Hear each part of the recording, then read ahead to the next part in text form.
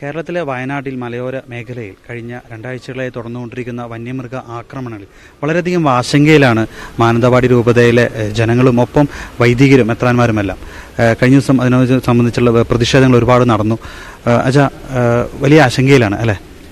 തീർച്ചയായും വയനാടിനെ സംബന്ധിച്ചിടത്തോളം, വയനാട് മാത്രമല്ല, വയനാട് പോലെയുള്ള മലയോര മേഖലകളിൽ കാടിനോടടുത്ത് ജനങ്ങൾ താമസിക്കുന്ന ഇടങ്ങളിലെല്ലാം വലിയ ആശങ്കയിലേക്ക് ജനം പോയിക്കൊണ്ടിരിക്കുകയാണ്. അതിൻ്റെ കാരണം നമ്മൾ വാർത്താമാധ്യമങ്ങളിലൂടെ കാണുന്നത് പോലെയുള്ള വന്യജീവി മനുഷ്യ സംഘർഷങ്ങളാണ്. വന്യജീവികൾ കാടിൽ നിന്ന് ഇറങ്ങി നാട്ടിലേക്ക് വരുന്നു, മനുഷ്യരെ ആക്രമിക്കുന്നു, കൃഷിയിടങ്ങൾ നശിപ്പിക്കുന്നു, ജീവൻ തന്നെ നഷ്ടപ്പെടുന്ന സാഹചര്യങ്ങളുണ്ടാകും. ഇതിൻ്റെ അകത്ത് ഒരു പ്രധാനപ്പെട്ട ഒരു കാര്യമെന്ന് പറയുന്നത്, നമ്മളിപ്പോൾ ഈ നാളുകളിൽ വയനാടിനെ സംബന്ധിച്ചിടത്തോളം മുൻ വർഷങ്ങളിലൊക്കെ നോക്കിയാലും ഈ വന്യജീവി ആക്രമണങ്ങളും മരണവും ഉണ്ടാകുന്ന ഒരു സാഹചര്യം ഉണ്ടായിരുന്നു. പക്ഷെ അതിനെ സംബന്ധിച്ച് നമ്മൾ നോക്കുമ്പോൾ ഒരു ആക്രമണത്തിൽ നിന്ന് അല്ലെങ്കിൽ ഒരാൾ ആക്രമിക്കപ്പെടുന്നു, മരിക്കുന്നു, അതിൽ നിന്ന് അടുത്ത ഒരു ആക്രമണത്തിലേക്കോ മരണത്തിലേക്കോ മാസങ്ങളുടെയോ വർഷങ്ങളുടെയോ ഒരു ദൈർഘ്യമുണ്ട്. പക്ഷെ ഇപ്പോൾ നമ്മൾ കാണുന്നത് ഈ 2024 ആണ്ടിൽ നമ്മൾ കാണുന്നത് ഈ ഫെബ്രുവരി മാസത്തിൽ തന്നെ ഏതാണ്ട് ഒരു 20 ദിവസത്തിനിടയിൽ 3 മരണങ്ങളാണ്. എന്ന് പറഞ്ഞാൽ വന്യജീവി ആക്രമണം മൂലം മനുഷ്യജീവൻ നഷ്ടപ്പെടുന്നതിന്റെ സമയദൈർഘ്യം കുറഞ്ഞു വരുന്നു. ഇപ്പോൾ ഇവിടെ അടുത്തുണ്ടായ ബാവലിയിലുണ്ടായ കാട്ടാന ആക്രമണം, പാക്കത്തുണ്ടായ കാട്ടാന ആക്രമണം, നമ്മുടെ പടമലയിലുണ്ടായി. ഈ സ്ഥലങ്ങളെല്ലാം വളരെ അടുത്താണ്. എയർ ഡിസ്റ്റൻസ് നോക്കിയാൽ 1 കിലോമീറ്റർ പോലുമില്ല.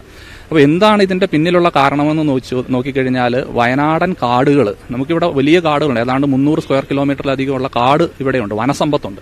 പക്ഷേ ഇതിന്റെ ഉള്ളിൽ മുഴുവൻ ഗവൺമെന്റിന്റെ, സർക്കാർ സംവിധാനങ്ങളുടെ തന്നെ വളരെ അശാസ്ത്രീയവും ദീർഘവീക്ഷണമില്ലാത്തതുമായ പ്ലാന്റേഷൻസ് ഇതിന്റെ ഉള്ളിൽ പ്രവർത്തിക്കുന്നുണ്ട്. തേക്ക്, അക്കേഷ്യ, സെന്ന, യൂക്കാലി പോലുള്ള മരങ്ങൾ ഏതാണ്ട് 1/3 ഭാഗം കാടിന്റെ ഉള്ളിൽ വെച്ച് പിടിപ്പിച്ചിരിക്കുകയാണ്. ഇങ്ങനെയുള്ള മരങ്ങൾ വളരുന്നിടത്ത് അടിക്കാടുകൾ ഇല്ലാതാകും. ഇതിന്റെ ഏറ്റവും വലിയൊരു ഉദാഹരണം, നിങ്ങൾ ഈ കാടിനുള്ളിലൂടെ മൈസൂർ കാട്ടിലേക്ക് ഒക്കെ ഒന്ന് കടന്നുപോയി കഴിഞ്ഞാൽ നമുക്ക് കാണാവുന്ന കാട് മുഴുവൻ ഇതിന്റെ ഫലമായിട്ട് ഉണങ്ങി വരണ്ട് കിടക്കുകയാണ്.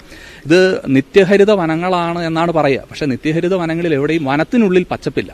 വനത്തിനുള്ളിൽ മൃഗങ്ങൾക്ക് ഭക്ഷിക്കാനും കുടിക്കാനുള്ള വെള്ളം പോലും ഇല്ലാത്തൊരു സാഹചര്യം. ഇപ്പോൾ ഈ ഫെബ്രുവരി മാസത്തിൽ ചൂട് കൂടുന്നു, കാലാവസ്ഥ വ്യത്യാസപ്പെടുന്നു, മൃഗങ്ങൾ ഭക്ഷണം തേടി, മനുഷ്യർ വസിക്കുന്ന എല്ലാ സ്ഥലങ്ങളിലും പച്ചപ്പുണ്ട്, വെള്ളമുണ്ട്, കൃഷിയുണ്ട്, തിന്നാനുണ്ട്, മൃഗങ്ങൾ കാട്ടിലേക്ക് ഇറങ്ങുകയാണ്.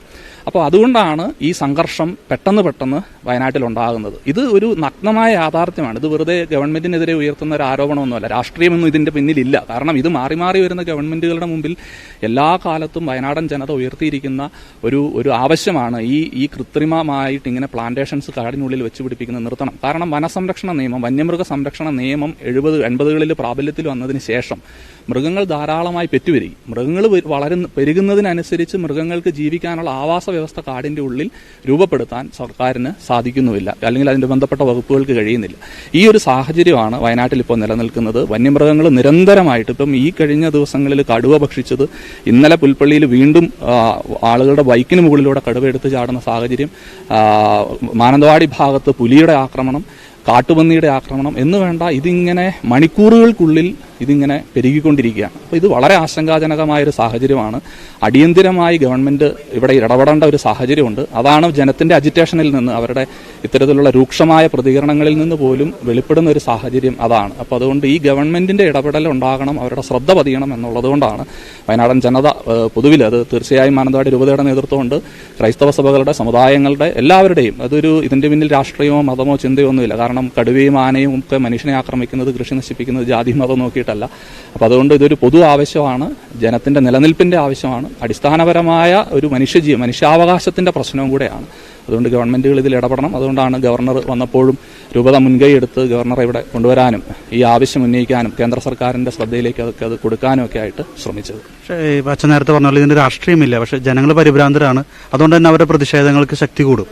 പക്ഷെ ഇത് ഒരു വൈദികരിലേക്ക് ഈ ആക്രമണം അഴിച്ചുവിടുന്നത് വൈദികരാണ് എന്ന് ചില രാഷ്ട്രീയ പാർട്ടികൾ ആരോപണം ഉന്നയിക്കുന്നുണ്ട്. വയനാടൻ ജനതയുടെ വിവിധങ്ങളായ ആവശ്യങ്ങളെ സംബന്ധിച്ച് എപ്പോഴെല്ലാം ബഹുജന പ്രക്ഷോഭങ്ങൾ ഉയർന്നു വന്നിട്ടുണ്ടോ അപ്പോഴൊക്കെ സംഘടിത ശക്തികൾ, അല്ലെങ്കിൽ ഇതിന്റെ പിന്നിൽ നിക്ഷിപ്ത താല്പര്യങ്ങളുള്ള ആളുകൾ, അത് രാഷ്ട്രീയ, മത, സാമുദായിക സംഘടനകൾ എന്തുമായിക്കൊള്ളട്ടെ, ചിലപ്പം ഫ്രാക്ഷൻസ്, മറ്റ് ഗ്രൂപ്പുകളായിരിക്കാം, ഇവരെല്ലാം ഇത്തരത്തിലുള്ള ജനകീയ പ്രക്ഷോഭങ്ങളെ അതിന്റെ ഉള്ളിൽ കയറി മുതലെടുപ്പ് നടത്തുകയും ഈ സമരങ്ങളെ, മുന്നേറ്റങ്ങളെ ഭിന്നിപ്പിച്ചു കളയുകയും ചെയ്യുന്ന സാഹചര്യം എല്ലാ കാലത്തും വയനാട് കണ്ടുകൊണ്ടിരിക്കുന്നതാണ്. തീർച്ചയായും അത്തരത്തിലുള്ള ശ്രമങ്ങൾ ഈ മുന്നേറ്റത്തിന്റെയും പിന്നാലെയുണ്ട്. പക്ഷെ അങ്ങനെയുള്ള കാര്യങ്ങളോട് പ്രതികരിക്കുക അല്ലെങ്കിൽ അതിന്റെ പിന്നാലെ പോവുക എന്നുള്ളതല്ല. ഇപ്പോൾ എല്ലാവരുടെയും, ഇവിടുത്തെ ഒരു പൊതുജനത്തിന്റെയും രൂപതാ നേതൃത്വത്തിന്റെയും ഒക്കെ ശ്രദ്ധ നിലനിൽക്കുന്നത് ഈ വന്യജീവി ആക്രമണം എന്ന് പറയുന്നത് അത് ഓരോ മനുഷ്യന്റെയും, പ്രത്യേകിച്ച് സാമ്പത്തികമായിട്ടൊക്കെ പിന്നോക്കം നിൽക്കുന്ന ഒരു ജനവിഭാഗം കൂടെയാണ്, പിന്നോക്ക ജില്ലയാണ്. ഇവിടുത്തെ ജനങ്ങൾക്ക് പുറത്തിറങ്ങാൻ പറ്റുന്നില്ല, കുഞ്ഞുങ്ങൾക്ക് രാവിലെ അവരെ തന്നെ സ്കൂളിലേക്ക് വിടാൻ പറ്റുന്നില്ല. ഈ ഭയാനകമായൊരു സാഹചര്യമാണ്. ഒരുപക്ഷെ അത് നമുക്ക് മനസ്സിലാകുമെന്ന് അറിയത്തില്ല. ഞാനൊരു ഇൻസ്റ്റിറ്റ്യൂട്ട് നടത്തുന്നുണ്ട്. അവിടുന്ന് കുട്ടികൾ ടൗണിലേക്ക് പോകണമെങ്കിൽ പോലും ഞങ്ങൾ വണ്ടി വിളിച്ചു വിടേണ്ട ഒരു സാഹചര്യമാണ്. ഇത് ഒരു കുടുംബത്തിലേക്ക് വരുമ്പോൾ ഒരു കുട്ടിയല്ല 2 കുട്ടി, അവരുടെ കാര്യത്തിലേക്കൊക്കെ മാതാപിതാക്കന്മാർക്ക് ഇടപെടേണ്ട സാഹചര്യം. അപ്പം അങ്ങനെ വരുമ്പോൾ ഇതൊരു പൊതുജന ആവശ്യമാണ്. അതൊരു വൈദികർ തീർച്ചയായും അവരുടെ കൂടെ നിൽക്കും. ഇതിൻ്റെ അകത്ത് വികാരപരമായ പ്രതികരണങ്ങൾ ഉണ്ടാകും. കാരണം ഭയം എന്ന് പറയുന്നതാണ് ഒരു വലിയ വികാരമാണ്. ഈ ഭയം കയറി കഴിയുമ്പോൾ മനുഷ്യൻ എങ്ങനെ പ്രതികരിക്കുക? ഭയപ്പെട്ട് നിൽക്കുന്ന ഒരാൾ ചിലപ്പോൾ അലറും, ചിലപ്പോൾ അയാൾ ഓടും, ചിലപ്പോൾ അയാൾ ബോധം കെട്ടു വീഴും.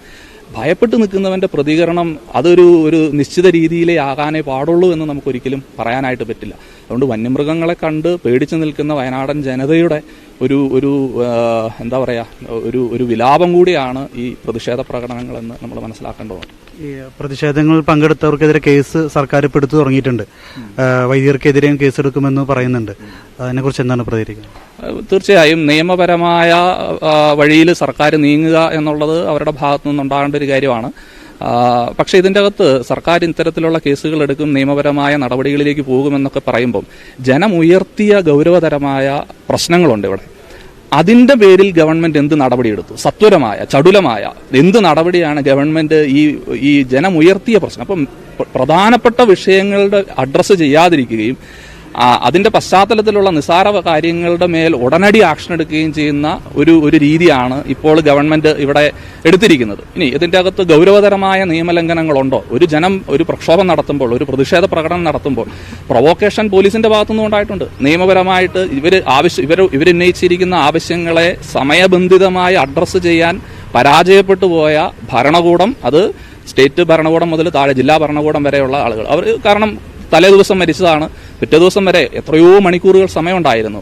ഇവർക്ക് ഇന്റലിജൻസ് റിപ്പോർട്ട് എല്ലാം ഉള്ളതാണ്. ജനം ഇത്തരത്തിലുള്ള ചോദ്യങ്ങൾ ചോദിക്കുമെന്നും ആവശ്യങ്ങൾ ഉന്നയിച്ച് തെരുവിലിറങ്ങുമെന്നും എല്ലാം അറിയാം. ഇവർക്ക് സമയബന്ധിതമായി തീരുമാനമെടുത്ത് ഒഴിവാക്കാമായിരുന്ന ഒരു സംഘർഷമാണ് പുൽപ്പള്ളിയിൽ രൂപപ്പെട്ടത്. അതിന്റെ പേരിൽ കേസുകൾ എടുക്കുക എന്ന് പറയുന്നതിന്റെ അകത്തെ ധാർമ്മികതയും യുക്തിയും എന്തുമാത്രം ഉണ്ട് എന്ന് സർക്കാർ, പോലീസ് സംവിധാനം തന്നെയാണ് വിലയിരുത്തേണ്ടത്.